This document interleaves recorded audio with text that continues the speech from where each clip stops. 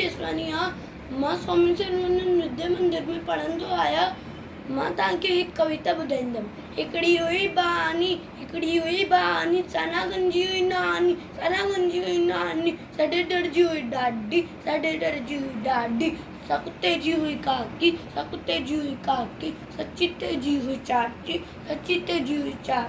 सबौरे जी हुई भेण ससाए जी हुई सेण सपुपट जी हुई फुफी समाकोड़ जी हुई मासी सा सारे घर जी हुई सेण सस जिते कंहिंजो न हले बस हिकिड़ी हुई सयानी